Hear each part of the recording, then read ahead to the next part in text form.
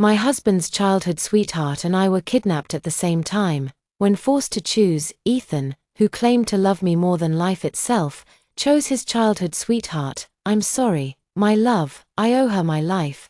But I'll spend the rest of my days making it up to you. If you dare choose her, there won't be a rest of our days. After a long silence, he still walked away with his childhood sweetheart in his arms. I smiled through my tears. After being rescued, I left for a distant place.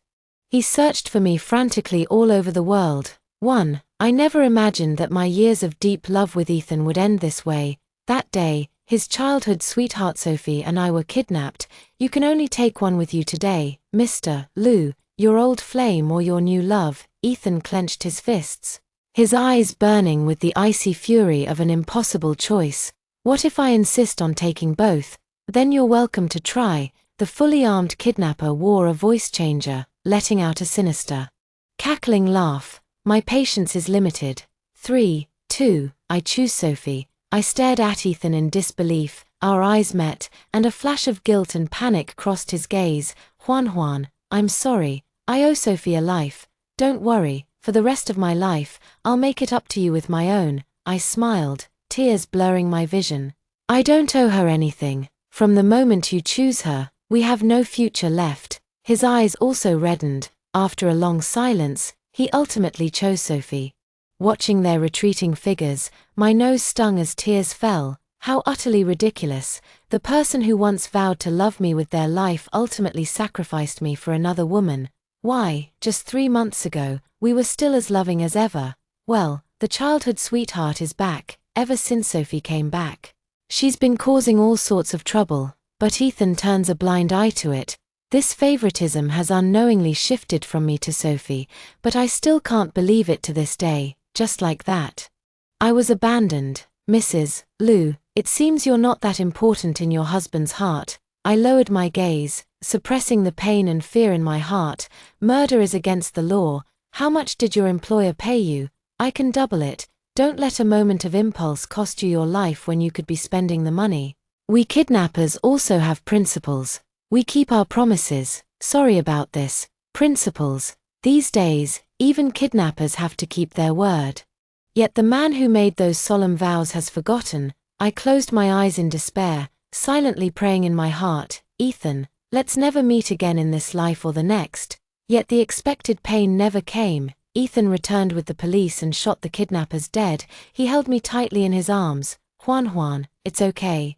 It's okay. I numbly let him hold me, having lost all strength. Okay, how could I possibly be fine? The fact that he abandoned me feels like countless sharp swords stabbing into me, leaving bleeding wounds all over, completely devastated. The pain is unbearable. My mind keeps replaying the scene where Ethan Sophie. My head throbbed with unbearable pain, and everything went black as I fainted. When I opened my eyes again, I was in the hospital. Our eyes met, and there it was. Sophie's innocent yet provocative gaze. Sis, you're finally awake. You must be so angry, but you've misunderstood Brother Ayu. Choosing me first was just a temporary measure. Someone as kind as him would never abandon you. It's all my fault for making you so upset that you fainted. Her eyes instantly reddened as she lowered her gaze and began to sob.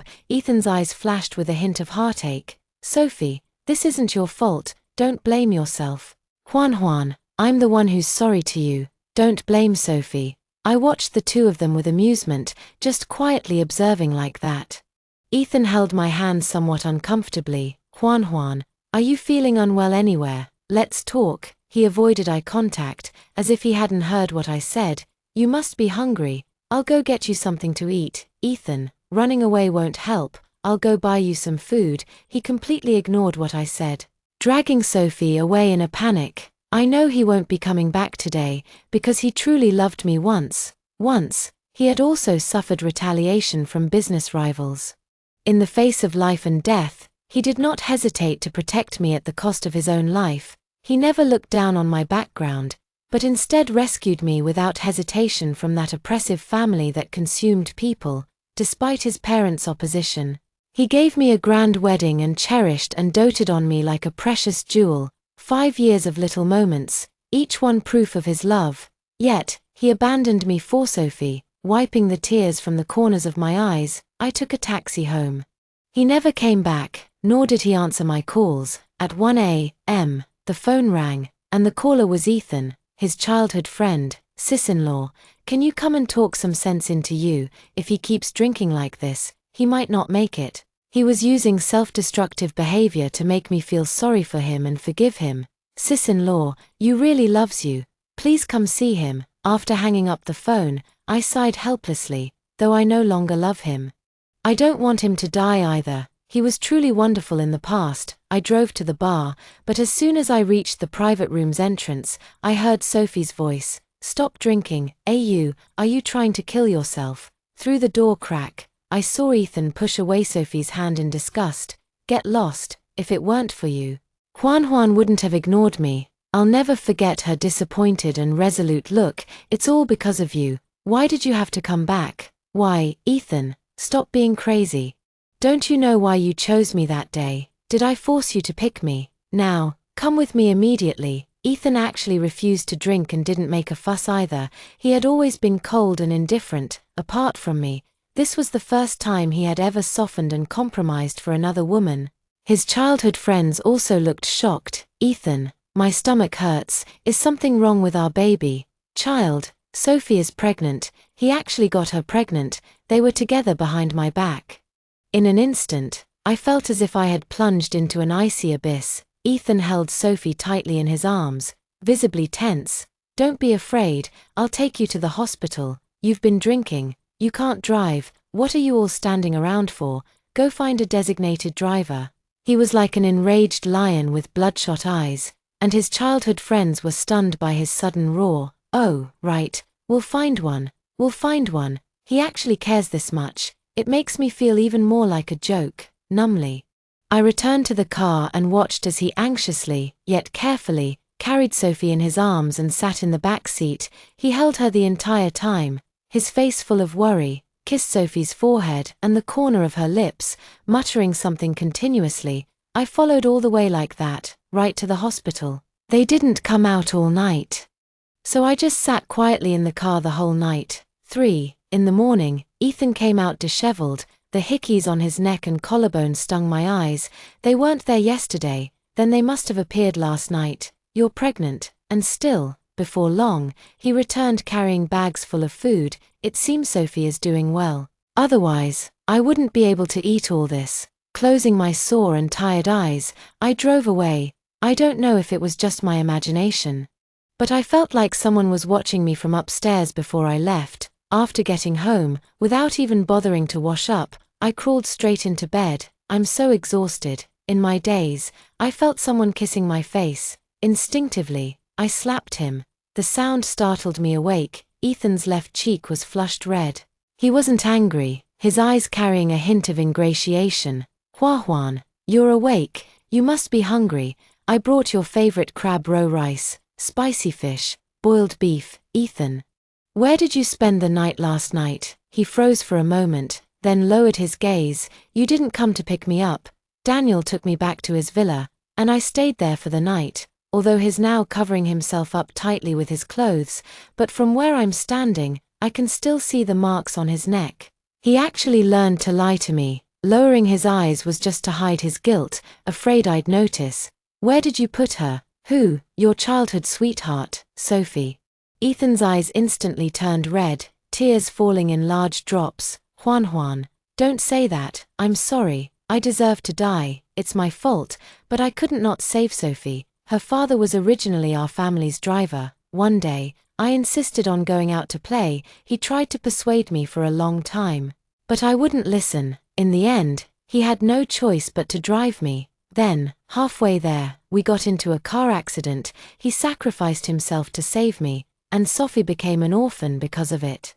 If it weren't for me, his father wouldn't have died, and she wouldn't have, so I owe her a life. But Juan, I had it all planned out. First rescue Sophie, then I'd come for you. Even if it cost me my life, I'd save you. Please, don't push me away, I beg you. But Ethan, I'm no longer your first choice. Is that all? Anything else you want to say? He looked at me with a tangled expression, his eyes filled with unspeakable difficulty. In the end, he chose to conceal the truth, nothing left. Is Miss Sue doing all right? She's doing well, Ethan. Just as I was about to confront him, his phone rang. Note Sophie. He hung up in irritation, but the caller persisted, so he muted the phone directly. Answer it. What if she has something important to say, other than causing trouble? What serious business could she possibly have? The displeasure in his eyes didn't seem feigned, and even he hadn't noticed the trace of doting mixed within. A wave of bitterness surged in his heart. Answer it. Whatever my wife says goes. If you want me to answer, I'll answer. He picked up his phone and walked to the window. Since when did he start hiding from me to take calls? Didn't I tell you not to call me unless it's important? What do you want? All right, I get it. After hanging up the phone, he looked at me somewhat troubled. Sweetie, I need to go out for a bit. Okay. He looked at me in surprise. Aren't you going to ask where I'm going, or what I'll be doing? I curled my lips in a cold smile. That's your freedom, none of my business. But you used to. You said it yourself. That was in the past. Hurry up and leave. Don't disturb my sleep. The old me loved you deeply. They would vie for your attention and want you all to themselves. But now, I no longer love you. Where you go or what you do, I don't care anymore. It just takes time to let go of someone, especially those we've loved with our lives. Ethan pulled the blanket over me and stood there quietly. I don't know how long he stood there. He was still there when I fell asleep. When I opened my eyes again, the sun was already setting. Ethan was gone too, for, looking at the empty house, I felt somewhat dazed. I once thought I was the luckiest person in the world. Although my family of origin didn't give me much love, but Ethan made up for it, letting me live freely and unrestrained. But now, there's someone else in his heart. It's time for me to leave too. Before leaving, I should visit my in-laws. Although they don't like me, they raised Ethan, the man who once loved me like his own life. After tidying up, I bought a car full of health supplements and went to my in-laws' house. Just as I reached the door, the sound of laughter inside struck me like a thunderbolt. Godmother, come try the boiled fish I made. I remember it's your favorite dish. You're still calling me godmother, now that you're carrying my grandchild. It's time to call me Mom. So they all knew. I was the only one kept in the dark. Young madam, you're here. Please come in. Mrs. Wong took the items from my hands and pushed the door open. The moment he saw me, Ethan's eyes flashed with panic. He pushed Sophie aside and quickly walked towards me. Juan, you're here. Came to see Mom and Dad, but it seems like I came at a bad time. Not at all. Come on in. He took my hand and led me inside. Grandma gave me an unhappy glance and said sarcastically, "It's rare that you still remember us old folks. Look at Sophie. Then look at yourself. Are you even worthy of being our daughter-in-law?" Ethan's face darkened. Mom, whether she's worthy of being your daughter-in-law doesn't matter. But she's the only one worthy of being my wife. Sophie's eyes flashed with jealousy and resentment. Margaret Lewis also flushed red with anger. How could I have given birth to such a thing? You forget your mother the moment you get a wife. Godmother, Miss Shin rarely comes to visit you. Please don't be angry. Sophie added fuel to the fire with pointed implications. Margaret Lewis's face darkened even more as she pointed at my nose and scolded, "You're not allowed to come to my house anymore. And I don't care if you visit me. Mom, if you insist on this, then we won't set foot in this house ever again. You ungrateful child, are you cutting ties with us for this jinx?" Margaret Lewis was so angry she could barely stand. I couldn't be bothered to watch their performance any longer. "Miss Sue, let's have a chat." "Sure, let's go to my bedroom." Ethan followed us upstairs but was locked out by me at the door. I got straight to the point. "Is someone else's husband that enticing?" Since you already know, you should understand it takes two to tango. If he didn't love me, how could I possibly be pregnant with his child? You're right, but as far as I know, you're already married abroad. Why did you suddenly come back to seduce Ethan? Of course life hasn't been good. Ethan is currently the most outstanding and wealthy man I can access. With him, I'll live a life of luxury. But you don't love him. How can you marry someone you don't love? She curled her lips into a cold smile. Love, what's that? I'll go with whoever can give me a comfortable life. Besides, my father saved Ethan's life. He owes me this repayment. I know you're proud. I'm already over 2 months pregnant. If you have any self-awareness, you'll leave on your own. Don't wait until you're thrown out. That would be undignified. Shall we play a game to see who he'll choose this time? I had a bad feeling about this. She smirked, slapped herself hard, let out a scream, and collapsed to the ground.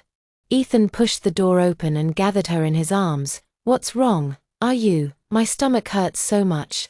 Don't blame Miss Shin. She didn't mean to. Margaret Lewis also came over upon hearing the noise and saw the slap mark on Sophie's face. Without hesitation, she slapped me hard across the face. If anything happens to my grandson, I'll kill you. Ethan gave me a complicated look. There was panic, disappointment, blame, but not a trace of trust. Then without a word, he picked up Sophie and left. The whole family surrounded Sophie like stars around the moon as they took her to the hospital. I rubbed my numb right cheek and drove home. I asked a lawyer to draft a divorce agreement. I packed a few clothes I bought myself. Tomorrow is a good day. It's our 5th wedding anniversary, and it's also my birthday. Perfect for farewell. 5. Looking at the calendar suddenly reminded me of something. Lately, I've been so exhausted by Ethan's affair that I didn't even notice my period is already 2 weeks late. It can't be this coincidental, can it? I arrived at the hospital with mixed emotions, looking at the tiny, undeveloped figure on the monitor. My eyes welled up with tears. 5 years without conceiving. Just as we were about to divorce, suddenly there was a child, to take it or not. My mind is in complete turmoil. I didn't even notice Ethan and Sophie walking towards me. Miss Shin, how did you know I was in this hospital? I'll leave you on my own. Please don't harm my child. Sophie pretended to be frightened and hid behind Ethan. Ethan carefully shielded her. Don't be afraid, I'm here, Hua-Huan. The child is innocent, don't hurt him. I stared at him blankly. In your heart, am I really that kind of person? He fell silent. Sophie flashed a hint of cunning and triumph in her eyes. Continuing to play the victim, Miss Shin, I know you hate me, hate that I'm carrying Ewayu's child, and moreover, his first child. You've tried every means to get rid of it. All to protect your marriage, I understand, but this is a living life. You can hit me, scold me, just don't harm my child. She dramatically portrayed herself as the understanding, compassionate mother, highlighting my viciousness and pettiness. Huan, this was my fault.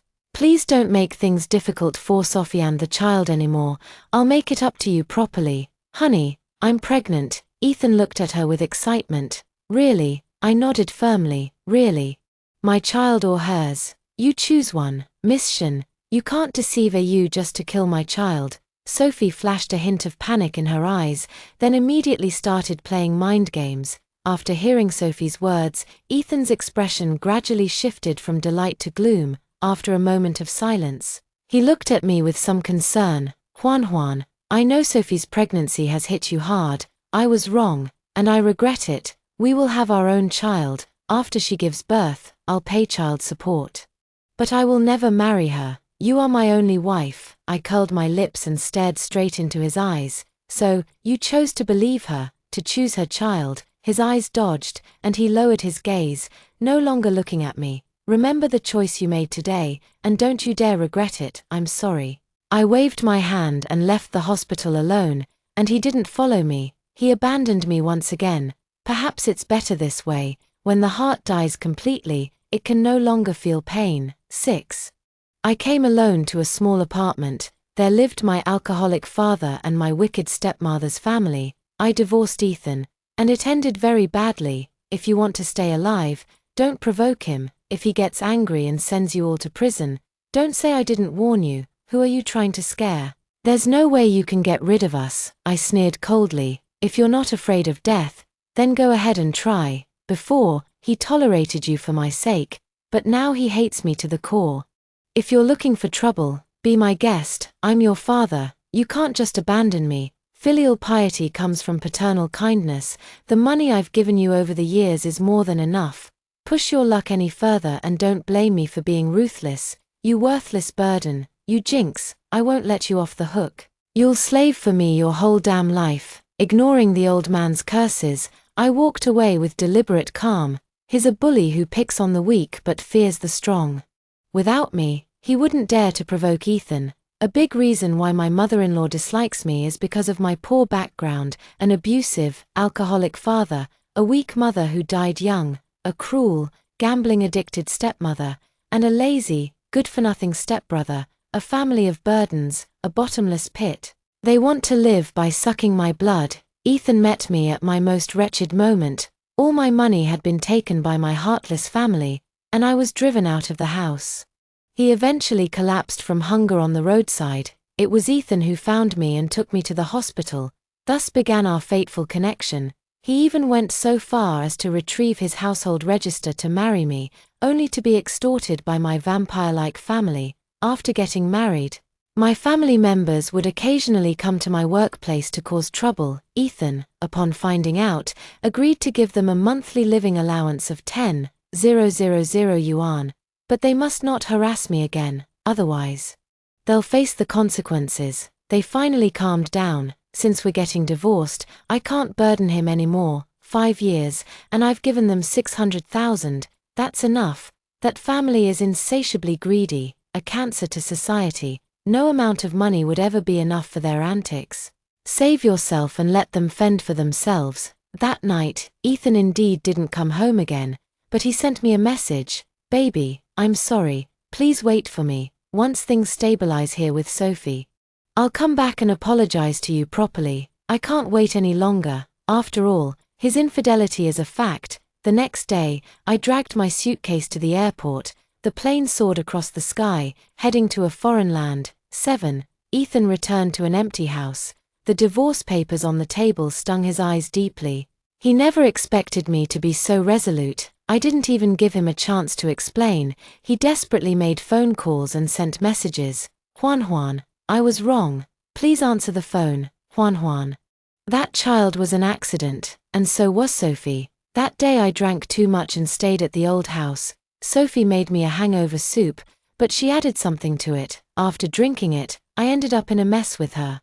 But it only happened once with her, and I've never touched her since then. When I found out she was pregnant, my first reaction was to abort the child, but my parents said we hadn't had a child for so many years. Maybe it's because you're not easily fertile. And considering the significant physical damage from pregnancy, I agreed to keep the child to fulfill the duty of continuing the family line and then live a happy life with you as a couple. Juan, I truly know I was wrong. I've regretted it for a long time. Please don't leave me. WeChat kept buzzing non-stop. I was so annoyed that I finally called him back. Baby, you're finally willing to talk to me. I was wrong. I'm sorry. Let's not get divorced. Okay, for the rest of my life, I'll work like an ox or serve like a horse to make it up to you. Alright, Ethan choked up, pleading desperately. It's too late. From the moment you chose her during the kidnapping, it was over between us. I gave you chances. But you kept choosing her over me again and again. Even without the kidnapping, the fact that you got her pregnant alone means there's no way back for us. Besides, you've been lying to me for so long. A suppressed sob came through the receiver. I'm sorry. I really know I was wrong. Juan, please, don't leave me. I can't live without you. Please. Even though she no longer loved him, hearing him cry still made her eyes redden involuntarily. Ethan, if you had known it would come to this, why did you start? Let it go. Save yourself some dignity. My wife has already run away. What's the point of keeping up appearances? No matter where you are, even if it's the ends of the earth, I'll find you. Don't look for me. If you dare come after me, I'll die right in front of you. Do you hate me that much? You'd rather die than see me one more time. I don't hate you, nor do I love you anymore. I don't care who you're with now. I just hope that for the rest of my life, you won't disturb me again. No more calls, no more messages. Without waiting for him to speak again, I hung up the phone. I pulled out the SIM card and threw it into the trash. I also deactivated my WeChat account directly. Ethan dialed the phone over and over again with reddened eyes. Only the cold mechanical voice responded to him. He completely broke down, holding our photo together. He lay on the cold floor crying his heart out. Juan, woo. I really know I was wrong. I regret it. I'm sorry, truly sorry. I'm so terrible for losing you. Endless remorse overwhelmed him. His heart ached so much he could barely breathe, like withered leaves falling in winter, devoid of all vitality. 8. Perhaps genuinely afraid I might die, Ethan didn't dare come looking for me, if he had wanted to. With his abilities, he will definitely find me. But he knows my personality. I mean what I say. 3 years ago, I received an offer from this design company, but at that time, Ethan and I were deeply in love. I don't want to be separated from him. For him, I can give up everything. Every year after that, I receive an invitation email. I politely declined them all, but every time the video call ended, that beautiful female CEO would always say with a radiant smile, "Juan, a career is a woman's ultimate weapon forever. I'll be waiting for you. Now I understand. Family may abandon you, and men may betray you, only you yourself are the eternal safe harbor." I'm very fortunate to have met such a close friend in a foreign land. Half a year later, I also lived up to the mission, as the jewelry I designed gradually gained international recognition, achieved a 10% increase in the company's revenue single-handedly. "Juan, your belly is too big now. From now on, stay at home and take good care of yourself during pregnancy. I've found you a highly recommended Chinese postnatal caregiver. No need, the morning sickness has already passed." That's not acceptable. You need to take maternity leave. Career is lifelong, but your health is your own. There's a time for everything, and right now your task is to take good care of yourself and the baby in your belly. Thank you. When Grace, a name that suits her perfectly, we clicked instantly. The collision of professionalism and inspiration often excites us tremendously. She is not a capitalist who exploits labor, more like a friend who gives you unlimited space. Later, the more we interacted, the more we clicked. We truly became close friends who could talk about anything. "Stop looking at me with those adoring eyes. You're not falling for me, are you?" She crossed her arms, pretending to be aloof. Yes, I've fallen for you, Miss Wen," she corrected him seriously. "Please address me as President Wen." I tilted my head and raised an eyebrow. "President Wen, good girl." Grace, born into a top-tier wealthy family, is a true heiress. Yet she has never been lost in the flattery brought by her family. Stay true to yourself and pursue your own career. First it was Grace, then Miss Wen. This clear awareness, through constant exposure, has also benefited me greatly for the rest of my life. 9. Sophie fulfilled her wish by giving birth to a son for the Liu family. A mother's status is elevated by her child's achievements, once again receiving Robert Louis Margaret Lewis's special regard. Actually, at first, Margaret Lewis looked down on Sophie. After all, she was just the child of a servant. Although there was a life-saving Grace, there are many ways to repay it, but sacrificing one's only son is absolutely not one of them. Ethan is the pride of the Liu and Ju families. Nurtured to be exceptional, he is the sun hanging high in the sky, beyond the reach of ordinary people, yet he chose to marry me. Margaret Lewis targeted me. Ethan would always stand up for me, but after all, she was his beloved mother. In the end, he began to torment himself. Margaret Lewis felt sorry for her son and could only turn a blind eye. Anyway, we didn't live together. It must be said that Ethan really loved me with all his heart back then. Later, I never got pregnant. Margaret Lewis was truly angry and had made a scene several times. What kind of sin have I committed? Our heir, whom we've pampered and nurtured with top-tier resources, marrying some country bumpkin is bad enough. Must you also make the Liu and Ju families cut off their lineage? Ethan, tell me. How can you face us? How can you face the elders who loved and supported you? Margaret Lewis's sorrow was genuine, and so was her disappointment. Despite this, Ethan chose to punish himself instead, never uttering a single complaint towards me, and even comforted me. Truth be told, I was filled with guilt at that time. It was truly fortunate to have married Ethan. If only he hadn't cheated. Now, we've finally been blessed with a grandson. How could the old couple not be happy? Of course. They accepted Sophie. Oh my, grandma's precious grandson. So handsome. Are you? Look quickly, he looks just like you when you were little. Ethan looked at the child with a numb expression.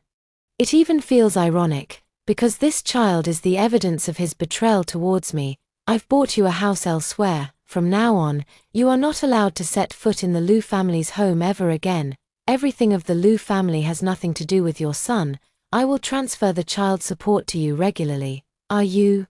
I just gave birth to your son. Why are you treating me like this? You know perfectly well how this child came to be, Sophie. As for the kidnapping incident, you also know the truth perfectly well. I've already repaid your family's kindness.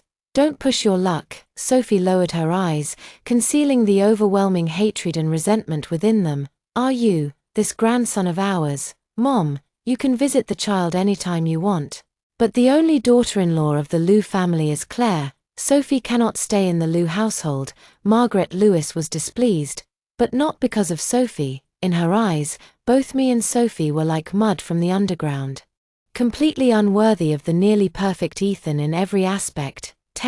Time flew by, and 6 years had passed, returning to a familiar place, only to find everything changed beyond recognition. Mom, is this your hometown? The handsome little boy blinked his big eyes and asked curiously, sort of. Seeing Ethan at that moment, I wasn't surprised at all. It's just that after so many years apart, he looked much more haggard, only 32 years old, yet there were already some white hairs at his temples. Juan, you're back. His voice trembled, and his eyes instantly reddened. I never intended to hide my son's existence. On one hand, he looks so much like Ethan, almost identical. On the other hand, we're not the ones who did wrong, so why should we hide? That's right, just as you thought, for a moment. He was both crying and laughing. Mommy, this uncle is so strange. What's wrong with him? The little one hid behind me. Somewhat frightened, I crouched down and pinched his chubby baby cheeks. Mommy isn't sure either. Let's go. Your godmother Grace is still waiting for you to be her flower girl. Alright, Mom, I'm a big kid now. Don't pinch my face in broad daylight. I have my dignity to maintain. Okay, I'll be more careful next time. This kid learned all his mischievous tricks from Grace. A 5-year-old child already knows about saving face. Holding Liam's hand, I walked toward the airport exit. Juan, are you heading to the Wen family's place? I'm going there too.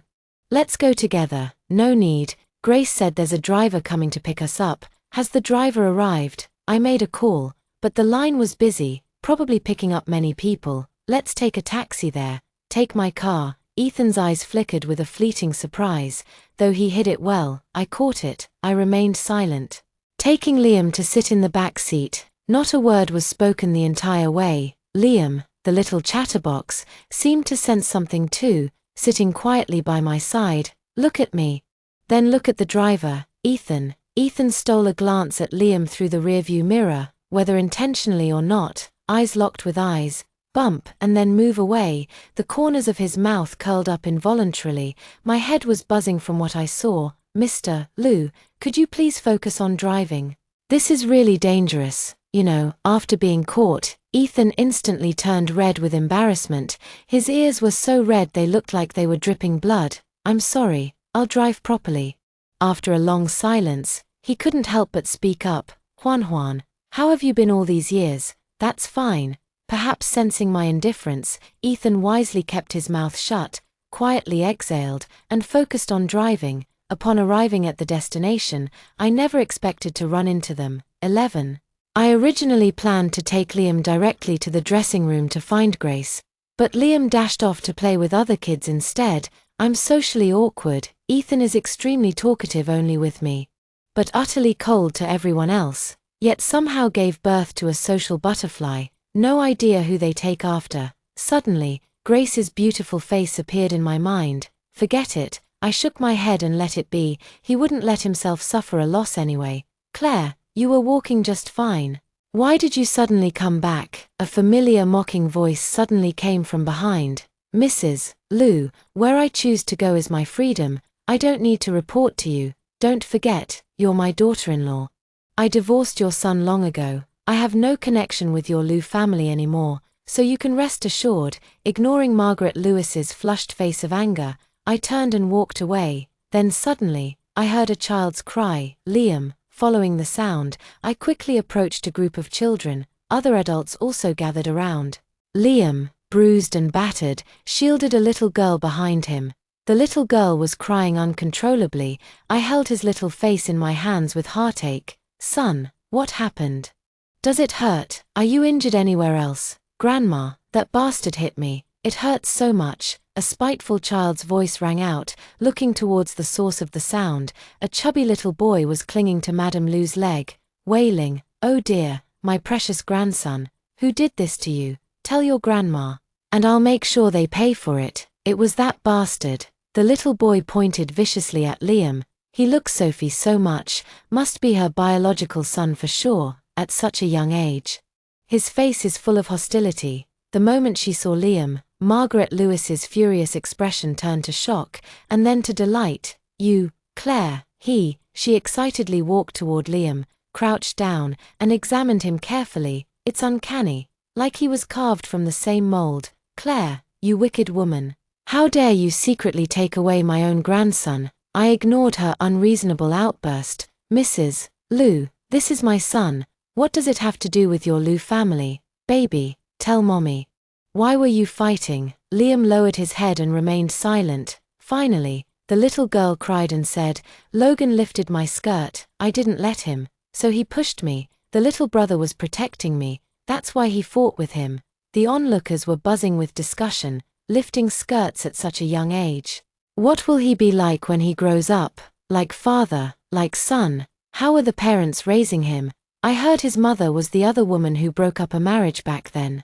No wonder the kid turned out like this. Mr. Lu must be blind, abandoning his proper wife for that shallow vixen. The little girl's parents turned pale with anger. The Lu family must give an explanation for this matter. Margaret Lewis looked embarrassed. "It's just a child's joke. No need to be so petty about it." "Mom, he's already 6 years old." Ethan suddenly appeared and interrupted Margaret Lewis. "Rest assured, the Lu family will give you a satisfactory answer."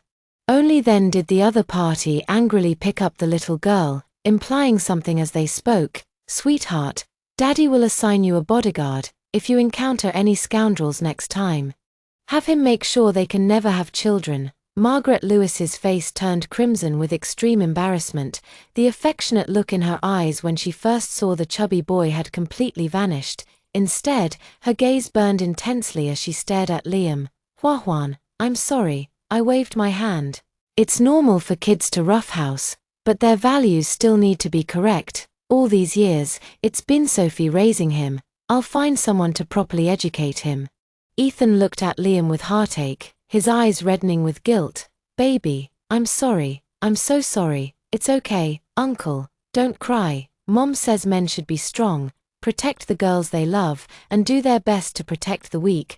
Liam patted Ethan's shoulder like a little adult. Ethan smiled with adoration in his eyes and gently touched his face. "Your mom is right.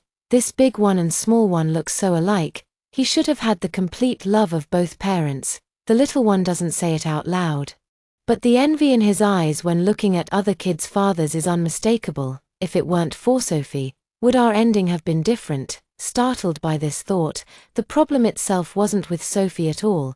If he had been firm enough, even if he fell for the trap, he wouldn't have sunk into depravity. "You bastard, how dare you steal my dad? I'll beat you to death." The chubby kid suddenly rushed over, raising his fleshy fist to punch Liam. It was blocked by Ethan turning sideways, hitting him in the face. "Logan, who told you to lift someone's skirt? Who taught you to swear?" The little fat boy trembled in fear, clearly terrified of Ethan. "Speak." He was so startled that he choked back a sob. "I saw Uncle Richard lifting Mom's skirt. He said he did it because he likes her." "Oh wow. This is quite the juicy gossip. By the way, who is this Uncle Richard?" 11. Ethan looked cold as he made a phone call. "Starting this month, stop the child support payments to Sophie. Find a reputable private school and send Logan there as a boarding student." Hearing his name, Logan trembled again. "Daddy, don't you want me anymore? Are you giving me away? I'm sending you to school. Study hard, and I'll check your homework regularly." Logan instantly wilted like a flower. He lowered his head with reddened eyes, trembling like a quail. "Ayu, is Liam your son?" Ethan nodded and then shook his head, his face expressionless. "Mom, his Juan's child. Don't get any ideas. You know my boundaries." As if remembering something, Margaret Lewis teared up and led Logan away. Before leaving, she couldn't help but take a few more longing glances at Liam. Your mother raised you well. Liam flashed a big smile. Of course. My mom is the absolute best person in the whole wide world. Margaret Lewis seemed infected by his joy and also curved the corners of her lips. When I first met her, her back was straight and she held herself high.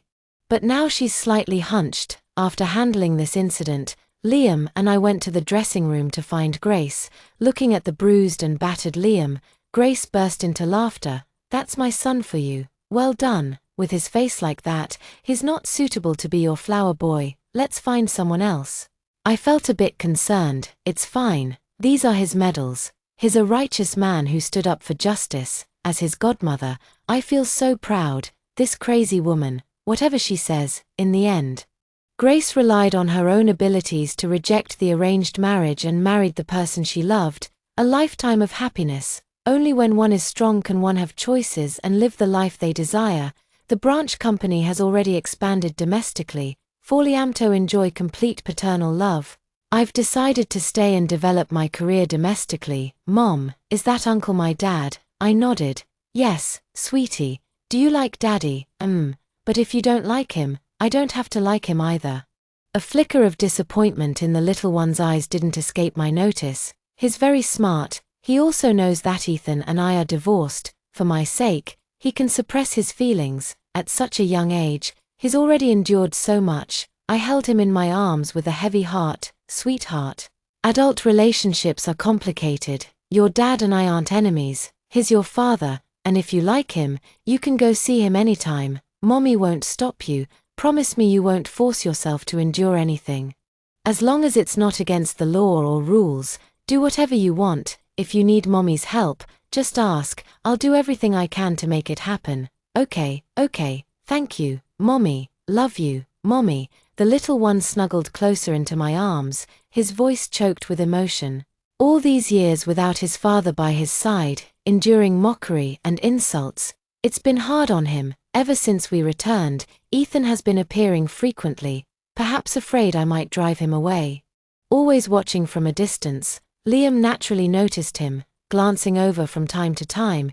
It's clear that he really wants a father, so I arranged to meet Ethan. Liam really likes it here in the country, and will be staying. If you want to see him, just let me know, but you can't hurt or upset my son. His eyes lit up, and he spoke incoherently with excitement. Really? We're already divorced. There's no chance anymore. Juan. That day Sophie put drugs in the hangover soup. I looked at him calmly. Ethan, is this your first time being drugged? Why could you resist last time? But with Sophie you gave in. You know exactly why. The light in his eyes dimmed instantly, as if someone had choked him, making it hard to breathe. After a long while, he cried, I'm sorry, I was wrong, too bad. It's too late now. Liam went to a private school in the northern part of the city, and Ethan picked him up from school every day. The little one was overjoyed. The two got along very well. Ethan doted on him, perhaps trying to make up for all those years of absence. About Sophie, I heard that after giving birth, Ethan bought her a small apartment where she moved out with the child, and never visited her again. He only regularly transferred child support to Logan. Sophie, after making many unsuccessful scenes, showed her true colors. She fooled around with others and lived off men. Later, he was caught red-handed by the original spouse, who broke his legs and disfigured his face. He brought it upon himself and will spend the rest of his life bedridden. Next, we'll tell you the second story. If you enjoyed it, remember to subscribe. Your support is our motivation. My boyfriend used his mouth to pass fruit to the green tea junior who was pursuing him in front of everyone, and I happened to see it. Tangy chased me out of the private room, saying he was drunk and it was just a game. I shook him off and said decisively, let's break up. He raised his eyebrows and just said, whatever. Romance masterpieces will be published in volumes. Subscribe to Confession Romance and don't miss out. The whole text is revealed. Don't forget to like, comment, and share. Subscribe and turn on the little bell. And the wonderful story begins now. I turned around, but couldn't hold back the tears, which poured out uncontrollably. I wiped them away haphazardly and left without looking back. Tangy didn't chase after me. That one explanation was, in his opinion, already a concession. In the relationship, He was long used to this. No matter how many times we argued, wanting him to take the initiative to coax me was wishful thinking. Tang Yi swallowing his pride and softening, that merciful I was drunk, I should have been understanding. But this time I was tired, I didn't want to compromise anymore. Back in the dormitory, I buried myself in the quilt, thinking over and over again about the way their lips almost touched. Tang Yi showed no displeasure at being violated, but instead slightly curved his lips, with a hint of a smile in his eyebrows. That kind of silent, ambiguous indulgence was too rare for me, his girlfriend. Clearly, both Li Junjun and I were pursuing him, and I had been doing it more than 3 times as long. Yet in front of Tang Yi, she could easily get the affection I didn't have. I wiped my instantly wet face, opened WeChat, and the conversation with Tang Yi was stuck between my nagging and his silence. Why don't you answer the phone? What are you busy with? Tired? If you go to a party, don't drink too much. Your stomach isn't good, now that I think about it. He and the junior were in a moment of blossoming spring. How could he be distracted to care about me? In those agonizing hours, Tang Yi offered nothing more than that simple response. Not another word. My phone suddenly vibrated, snapping me back to reality. It was a new message from the alumni WeChat group. So, what was I disappointed about? The truth was right before my eyes. Even a million false excuses would be nothing but self-deception. Not to mention that Tang Yi wouldn't have generously ended the Cold War without my overtures. Senior is treating everyone to barbecue. Anyone want to join? Don't miss out. Location shared in the group. Following this message was a group selfie taken by the speaker at the barbecue stand. Tang Yi's face was too striking to ignore. Sitting next to him was Li Junjun, wearing a jacket that was draped over her shoulders. It was a birthday gift I had given to Tang Yi, he had said. With this windbreaker, even on the coldest days, thinking of you will warm me up. At that moment, they were smiling brightly, as if they were a match made in heaven. I clenched my phone, my heart aching as if it had been burned. It turned out that my pain was so insignificant, so trivial, compared to another person's happiness. I opened my chat history with Tang Yi, watching the once intimate terms of endearment fade into indifference. The late-night chats and caring turn into habitual non-replies. The truth was, his affection for me had long expired, but I foolishly thought there was still room for redemption. Memories were like frosting on a knife's edge. The more you indulged, the more you got hurt. I finally blocked him. Letting go of someone you truly loved and cherished was bound to be excruciating. I allowed myself only this one night to cry. The next day, I woke up to a call from the delivery guy. Someone ordered flowers for you. Please sign for them. I forced myself to get up and go downstairs to receive them. It was a large bouquet of bright and beautiful sunflowers, with a postcard hidden inside, written by the florist on behalf of the sender. Be happy, it read. Who's it from? My chaotic brain inappropriately thought of my ex-boyfriend. I opened WeChat, belatedly remembering that he had been lying in the blacklist all night, and there was no new information in the friend list. I inadvertently clicked on the lively alumni group, and Tang Yi's avatar and name flashed frequently on the screen. At this moment, he was talking and laughing with others, joking around. Bewildered by the bouquet, I instantly woke up. How could it be him? From last night until now, Tang Yi had never thought of contacting me proactively, so he hadn't noticed that he had been blacklisted for so long. Maybe he didn't notice, or maybe he also felt that being strangers was better. His happiness has never changed in any way because of my departure. Tang Yi had long adapted to living alone, while I was just getting started. For a week after that day, I didn't contact him again. For me, who usually surrenders in less than a day of Cold War, it was a miracle. Not wanting to be depressed in the pain of heartbreak, I cheered up and tidied up sloppily, deciding to go out for some fresh air. Bad luck, I ran into Tang Yi while checking out at the supermarket. He was stunned when he saw me, and his eyes turned cold again, as if we were really just strangers. In the past, when I couldn't bear it and looked for him after a fight, he would also show such an indifferent expression, as if sure that I would admit defeat sooner or later. I withdrew my gaze, pretending not to see the things in his hand that only girls use. Tang Yi's phone rang, and he answered it with a gentle voice. Junjun, wait a moment, I'll buy it right away. He has always been careful, afraid that she would not be satisfied, so he specially picked a few packs from each brand. I remembered when I was watching a movie with Tang-yi a few days ago, I suddenly had such bad period pains that I couldn't stand up. He helped me sit down, bought brown sugar, and brought hot water. Before I had time to be moved, I heard him complaining in a low voice while playing games on his phone. Girls are so troublesome. The thoughtfulness that was like winning the lottery with me was 100% from the beginning with Lee Junjin. I silently swiped my phone to check out, thinking self-deprecatingly about how many times I had hypnotized myself in the past, actually thinking that he liked me, even if only a little bit. I walked very fast, never looking at him again from beginning to end, so naturally I didn't notice his awkward and tangled expression. Tang Yi's once intimate gesture of pulling me felt disgusting now. I forcefully shook off his hand and asked coldly, "What is it?" Tang Yi frowned, always dizzy, his indifferent and distant eyes fixed on me, as if he had noticed that I was different from before, hesitating for a long time. When my patience was exhausted, he finally said that he was not convenient to buy it now, and he was just helping. Was he explaining? But what does this have to do with me? I said expressionlessly, seeing that I was unmoved. He showed a slightly annoyed expression again. "It's been so many days, haven't you made enough trouble?" So, in his eyes, the breakup I mentioned was just a disguised tantrum, so he dealt with it coldly as usual, waiting for me to figure it out myself, take the initiative to make peace, and humbly be his dispensable appendage. Why did Tang Yi think I couldn't live without him?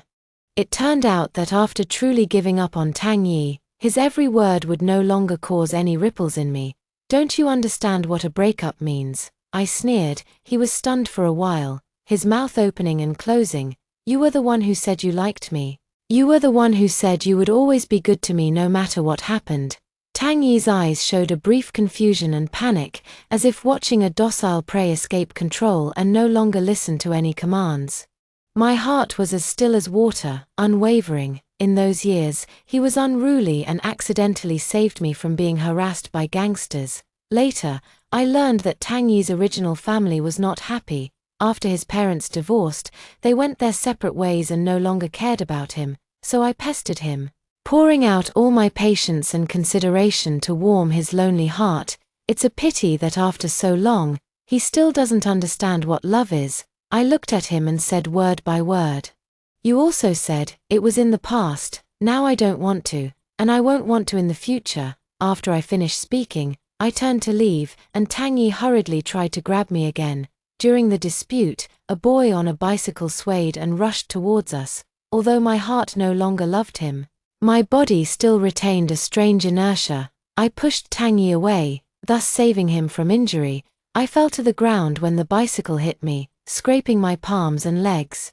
Tang Yi didn't expect me to react like this, and he stood there stunned for a long time before hurrying to help me. The phone in his hand suddenly rang urgently, and he quickly glanced at the name jumping on the screen, stopping his movements. No need to guess, it must be Lee Junjin. Instead, the boy who rode the bike ran over first, squatted down, and frowned as he looked at my bleeding wound. "Sorry, are you okay?" I bit my lip. Watching Tang Yi hesitate for a few seconds before choosing to answer the phone first. "I'm fine." As soon as the words came out, my voice was hoarse. "I'll take you to the infirmary." The person who hit me helped me up. A student ID card fell out of my pocket. The ID photo showed handsome features. His name was Lee Yoon. Only when Lee was close did I realize that the photo was too understated. His handsome face had a high nose bridge, deep eyes, long and thick eyelashes, and cold, pale skin. I was momentarily mesmerized by the beauty so close, and I vaguely felt like I had seen this person somewhere before. Lee Yoon didn't hear my answer and looked worried.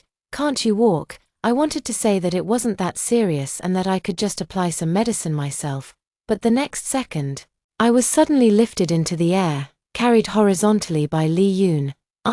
Tang Yi almost simultaneously interrupted his conversation with Lee Junjin, his face unfriendly as he raised his voice.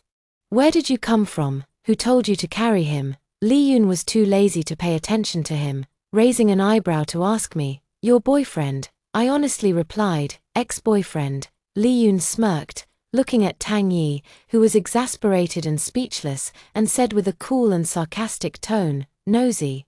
The school doctor in the infirmary cleaned the sand from the knee wound, stopped the bleeding, and bandaged it. Lin Yun waited by my side the whole time, and wanted to carry me after paying.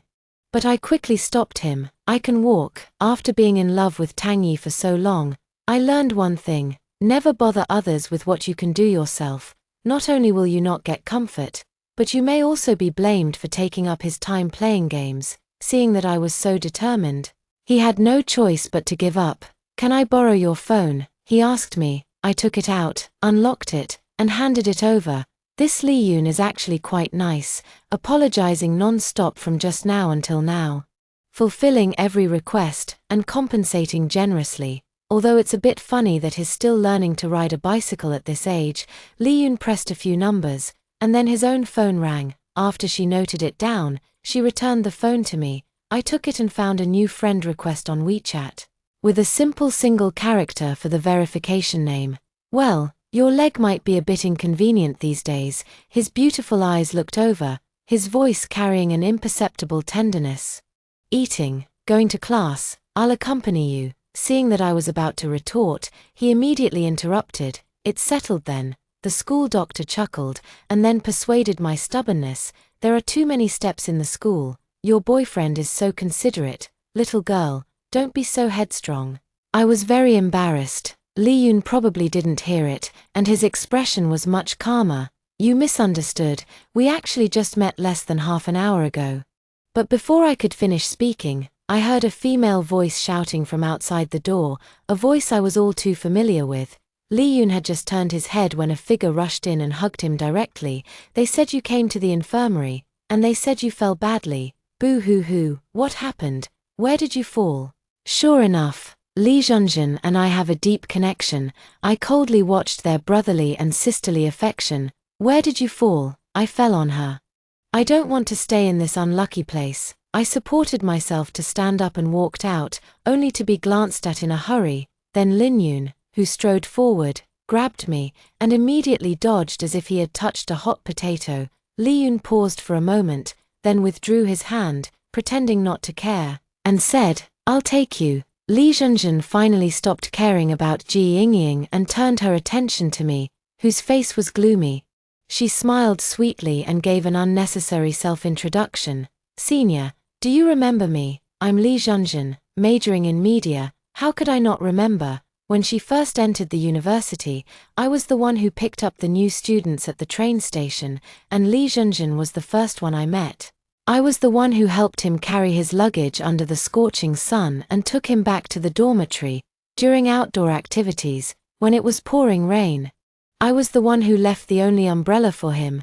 I was also the big fool who helped him pay for his meals when he ran out of money in his card at the cafeteria. I thought I had made a good friend, but she was flirting with Tang Yi behind my back, and my boyfriend was silently condoning her, intervening vaguely, and being inappropriately close. I used to think I was too sensitive, and I still tried to find excuses for them, until they were intimately close under the guise of playing games. I might as well not have this boyfriend. Senior Lin Qing doesn't seem to like you very much. After all, you bumped into her, so it's normal for him to hold a grudge now, Li Zhenzhen said with a hidden meaning, acting coquettish and joking.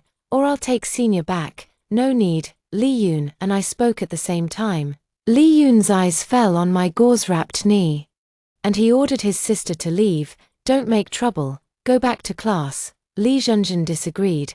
Li Yun gave him a cool look, and he immediately responded timidly, with a rather unwilling expression. Then, he came to my side. Originally, I could walk by myself, but seeing Li Zhenzhen's angry expression, I changed my mind. "Li Yun," I called his name weakly, "you said you would take me, right?" Li Yun's eyes were deep, and the corners of his mouth were slightly curved. "My leg hurts a lot, so it might be inconvenient to walk." I deliberately frowned, looking pitiful. Li Yun understood and picked up Yongheng again in Li Zhenzhen's unbelievable gaze. His chest was hot, and I vaguely heard the sound of his heartbeat, deafening, and I didn't know whose it was. Seeing Li Zhenzhen biting her lip, wanting to flare up but afraid of Lin Yun, I finally felt an unprecedented sense of pleasure in my heart to retaliate against my green tea rival. I began to get close to his most cherished older brother. Since that day, Lee Yoon kept his promise, picking me up and dropping me off without fail.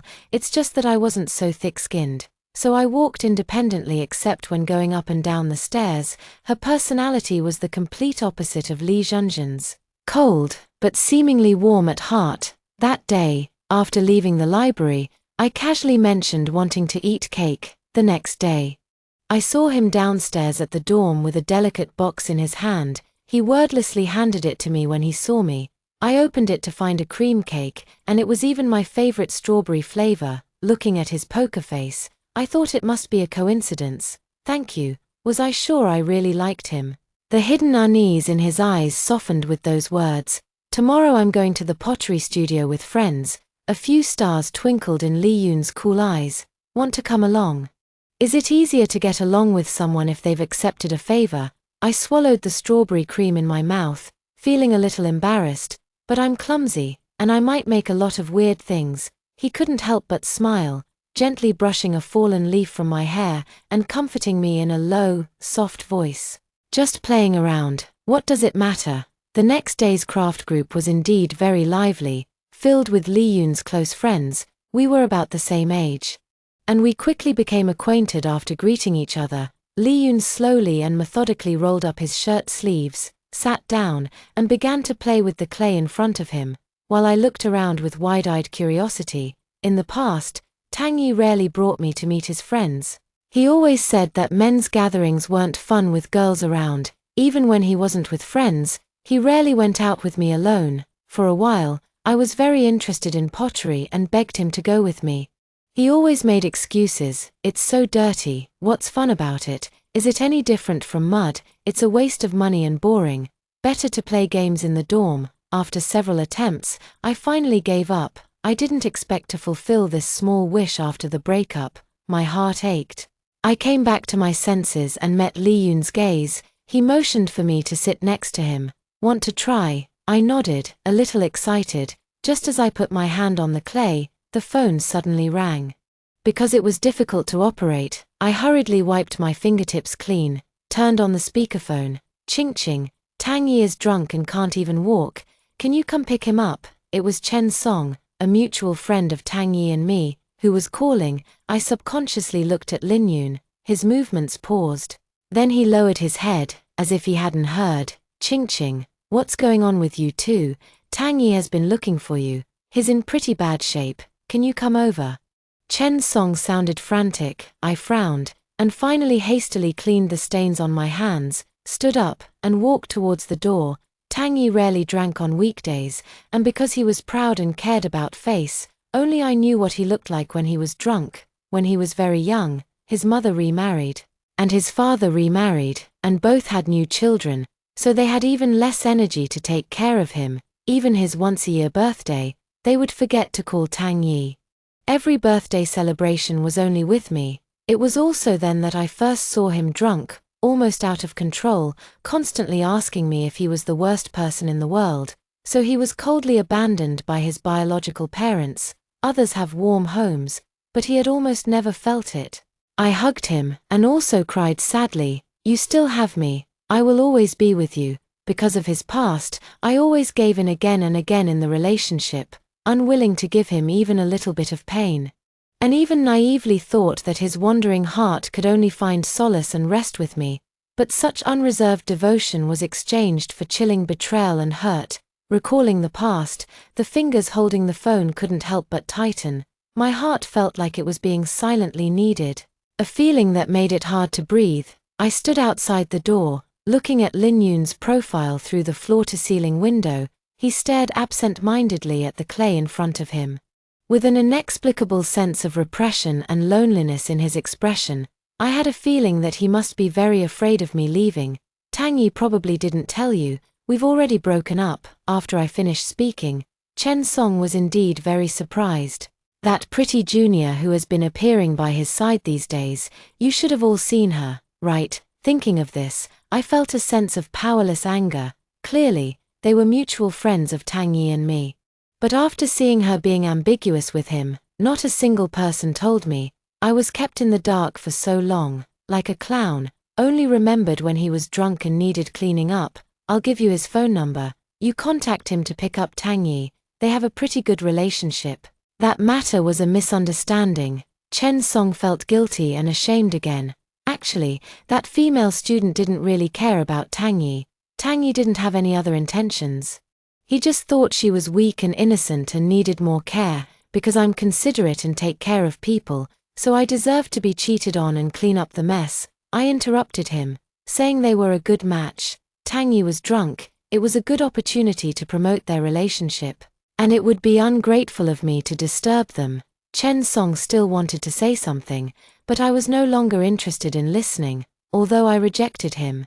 I didn't feel any sense of revenge in my heart. Tang-yi used to have severe self-harming behavior when he was drunk. I was disgusted by him, because I might do something impulsive. Since we've already broken up, whether it's good or bad, I don't want to have anything to do with him anymore. For the nth time spacing out, Lee Yoon finally stopped moving. He looked at me and asked softly, "Something on your mind?" I snapped back to reality and shook my head. To be fair, Lee Yoon is good to me, or rather, unexpectedly considerate. Even though we've only known each other for a short time, I often feel like he understands me very well. He knows what I like to eat, what I hate, and even who my favorite singer is recently. He even managed to get a concert ticket from somewhere and gave it to me. Although Lee Yoon only casually said it was given by a friend, I knew he was lying. Concert tickets are a perk for fans, sold in limited quantities, and promoted very discreetly. Only loyal fans would notice. I tried to grab one for several days at the exact time they went on sale, but I didn't succeed. It's even less likely that someone would buy one and then return it. I pressed him about where he got the ticket, and he pretended to be impatient, saying he had forgotten. Helpless, I was forced to accept his kindness. From some point on, my phone was almost flooded with his messages. Lee Yoon is taciturn, and the chat content is also unusually concise. Went downstairs and bought you some food. Your knee needs a new bandage. Don't eat cold things during your period. The thermos is full. Put it at the entrance of the stairs. The fruit is in the dormitory office. Go get it after class. Don't stay up late. Go to sleep. I borrowed the book you wanted to read, waiting for you downstairs in the dormitory. At first, he let me order him around in the name of compensation, and I only agreed to spite Lee Junjun. But the better Lin Yoon is to me, the heavier my guilt becomes. My leg injury has long healed, and I think I should make things clear. Lin Qing's thoughts were pulled back by his cold voice. Only then did I realize that Lin Yoon was standing opposite me at some point. Seeing me looking over, he frowned slightly, his warm hand gently lifting my chin, forcing me to look up and meet his eyes. "Why are you unhappy?" I avoided his gaze. "No." He stared at me intently, then gave in, sighing softly. "Borrowed a friend's car. Let's go." Lin Yoon raised the corners of her mouth slightly, but the smile didn't reach her eyes. "Since you're so worried, then I'll go with you." I couldn't resist Lee Yoon in the end, and went with him, only to deeply regret it when I got to the hotel entrance. Tang-yi was so drunk that his legs were weak, and Chen Song was supporting him. The moment he saw me and Lin Yoon, he became emotional, his eyes red. "No wonder you've been ignoring me for so many days. Lin Qing, you're really something. How long has it been since we broke up, and you're already so infatuated with him that you're together every day?" His drunken accusations were angry and unreasonable, and he seemed very energetic. "Let's go." I was speechless, too lazy to argue with a drunk, and just wanted to pull Lee Yoon away from this suffocating place as soon as possible. Chen Song, who was beside him, anxiously explained loudly, "Xiao Yi, stop being stubborn. What's the point of being strong? Just say you want to get back together with Qingqing. Wouldn't that be better? You were calling Qingqing's name all the time when you were drunk just now, and now you're arguing like enemies. What are you trying to achieve?" My movements paused. Did I hear correctly? Tang-yi wants to get back together. You wouldn't have lasted this long if you hadn't had feelings for each other for 2 years, right? It's normal for young couples to quarrel and break up and get back together. Xiao Yi quickly apologized to Qingqing sincerely. "Let's talk about any misunderstandings as soon as possible. How can a relationship not have any conflicts?" I understood what Chen Song meant. He wanted to be a peacemaker, urging us to renew our relationship. Unfortunately, I no longer want to have any entanglement with Tang Yi. Chen Song's words were full of barbs aimed at Lin Yun. Lin Yun's face was gloomy, and for my sake, she just endured it and pursed her lips coldly in silence. Tang Yi looked at him with hatred in his eyes, and drunkenly said recklessly, "Lin Qing, I know you too well. Aren't you just trying to make Li Zhenzhen angry by deliberately getting close to his brother? You don't really like him at all, you've only known him for a few days. Have you ever thought that he's deliberately deceiving you?" The dark little thoughts were ruthlessly exposed. In the end, although they are siblings, they are two different individuals. These days of getting along have made me more certain that Li Yun is not what Tang Yi said. The grievances with Li Zhenzhen should not be vented on someone who is sincere to me. I felt guilty and looked at Lin Yun in embarrassment. His eyes were filled with disbelief and hurt. But there was no resentment or hatred at all. Li Yun met my apologetic eyes, his Adam's apple moved slightly, and his tone was gentle. What he said, whether true or false, I don't care. His tolerance only made me feel more uncomfortable. Since Tang Yi is unrighteous, I don't want to be polite anymore. Reconciliation is impossible, not in this lifetime. Complex and heavy emotions strangled my heart like a rope. My brain heated up, and I impulsively announced, "Who said I don't really like him?" Tang Yi wouldn't think that I can be summoned and dismissed at his will, shamelessly vowing allegiance. Right, what makes him think that? Everyone was stunned. Tang Yi frowned and smiled, trying to see through me. Chen Song thought I was deliberately saying angry words. Ching, Xiao Yi is also drunk, don't mind her.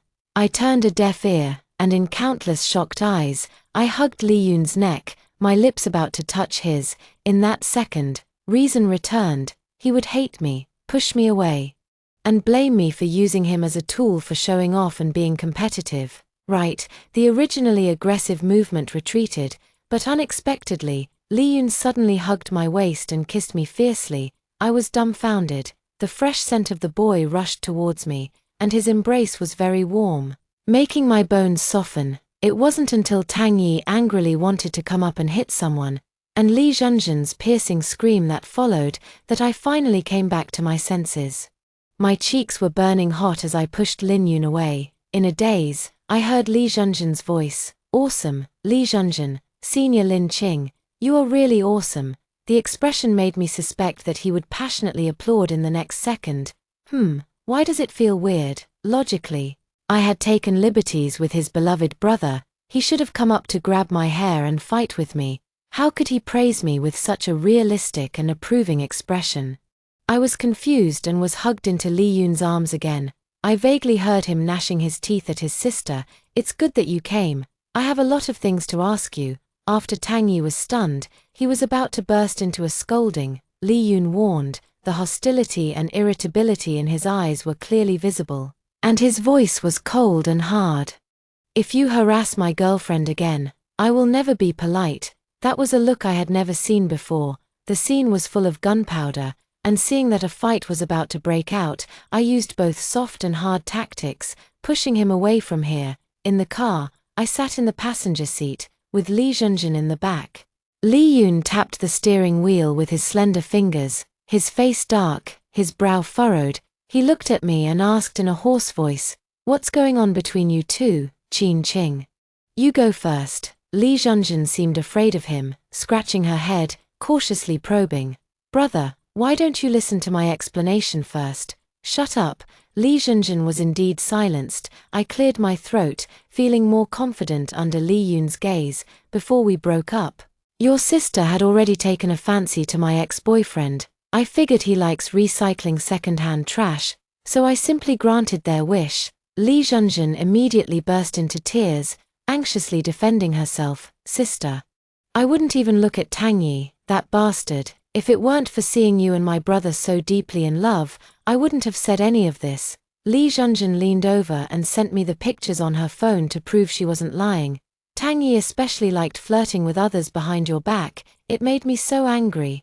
I wanted to tell you so many times, but I was afraid you'd be sentimental and soft-hearted, and what if he put on a pitiful act and you forgave him no matter what?" besides actively fishing to expose him in front of you.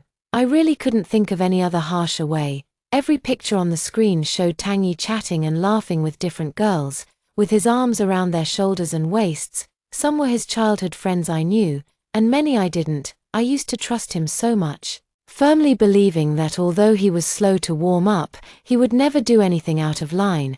Who knew Tangy had been lying to me for so long? Those girls, looking at the unknowing me, happily followed him, believing all his lies, probably laughing at me for being a fool. I clenched my fist even harder, trembling all over, my nails digging into my flesh, until a warm hand covered it. It was Lee Yoon. He covered the screen with his other hand.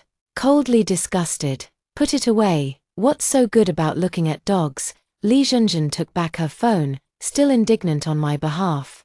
How could someone as gentle and kind as my sister be ruined by such a low-down scumbag?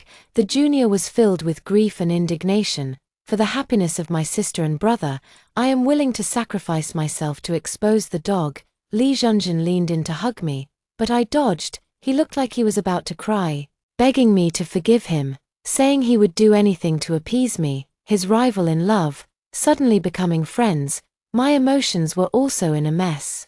But didn't you hate me getting close to your brother? Lee Junjun immediately revealed a smug expression, as if she knew everything. My brother protects you like you're his heart and soul. The more hostile I am towards you, the more he'll stick to you like glue, and then you two will have some fun. Lin Yoon slapped Lee Junjun on the head, lightly, but extremely insulting. He warned expressionlessly, if you've done something dishonorable, talk less. Brother, stop pretending, you old fox. He had clearly been interested in Ching Ching for a long time. She slapped him again, a truly unique and overwhelming charm. Lee Yoon, tell her to shut up if she doesn't understand. Lee Junjun was sent by Lin Yoon to buy me milk tea. My attempts to stop her were futile. Lee Junjun happily hopped out of the car, and before leaving, she leaned in with a gossipy look. Sis, no, I mean sister-in-law now, that kiss you initiated just now will probably cure my brother's insomnia for days. I'm off. You guys have a good kiss, I mean a good chat. My face flushed red, but Lee Yoon seemed not to hear, only a faint pink tinge on his ears. He was on his phone, seemingly doing something. After a while, he looked up at me, his eyes clear and gentle. I've booked the tickets, let's go to the beach together tomorrow. The vast sea, the free sea breeze, always make people forget unhappy pasts. He was comforting me in his own way. I could guess the motive behind everything he did. Since when did this start? Lee Yoon. I mustered my courage to look at him. You knew me a long time ago, didn't you? The bits and pieces of our past interactions had already made me suspicious. I was completely awakened by Lee Junjun's words just now. If he hadn't known me for a long time, how could she know all my little hobbies and habits so well? This was the question I was most curious about. But Lin Yoon seemed unwilling to answer me. In a moment of anxiety, afraid that he would run away.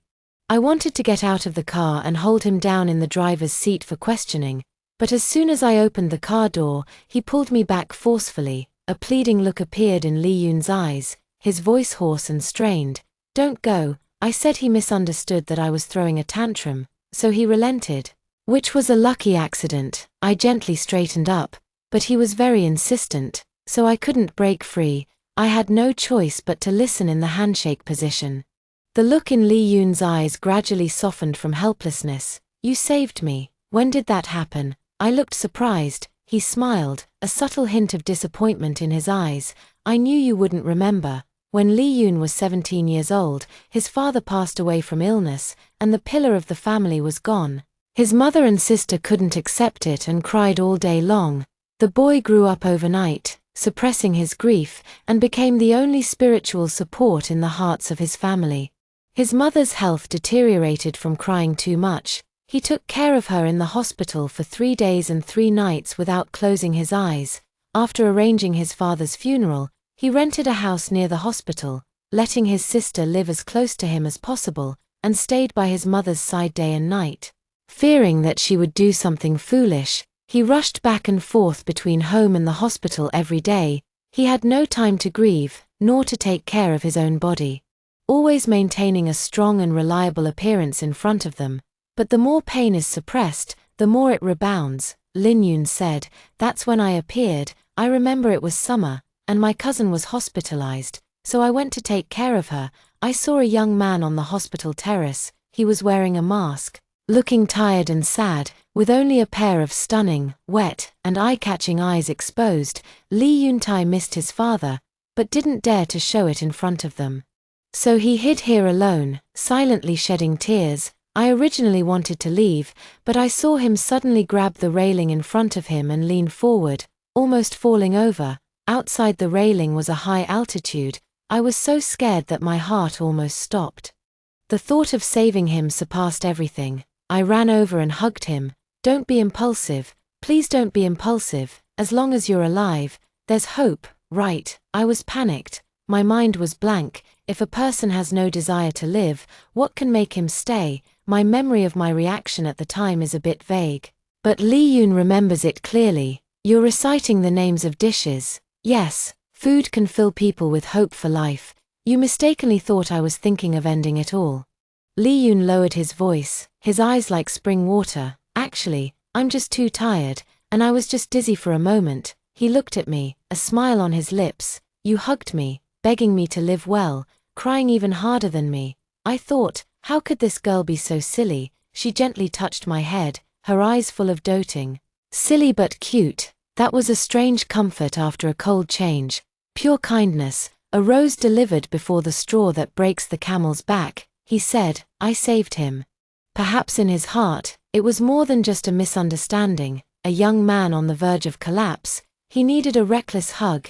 The next day, Lee Yun found out which ward I was in, but unfortunately, I had already been discharged with my cousin. She was frustrated that she hadn't asked for my name or phone number, and had been searching aimlessly for so many years. Unexpectedly, by a twist of fate, we happened to register as freshmen at the same university that day.